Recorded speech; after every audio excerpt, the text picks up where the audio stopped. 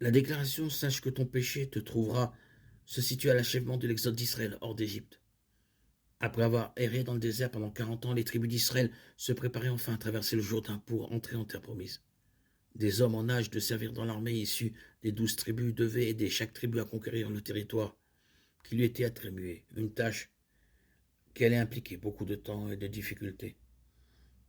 Avant que les Israélites ne traversent le Jourdain, les tribus de Gad et de Ruben firent savoir qu'elles se plaisaient là où elles se trouvaient, à l'est du Jourdain.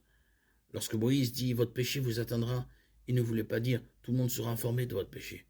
Si les tribus d'outre-Jordanie ne tenaient pas leurs promesses, elles pécheraient contre l'Éternel et contre toute la nation, et leur péché serait évident pour tous.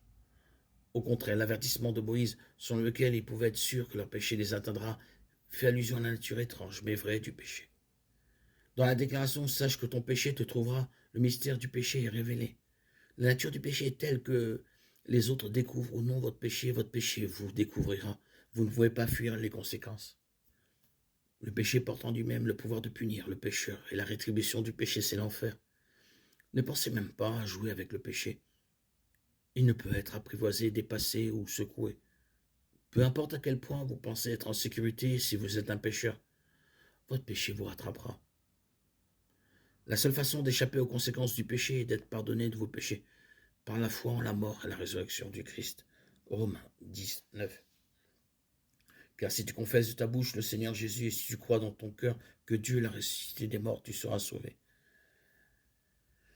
Il est lui-même une victime expiatoire pour nos péchés, non seulement pour les nôtres, mais aussi pour ceux du monde entier. 1 Jean 2.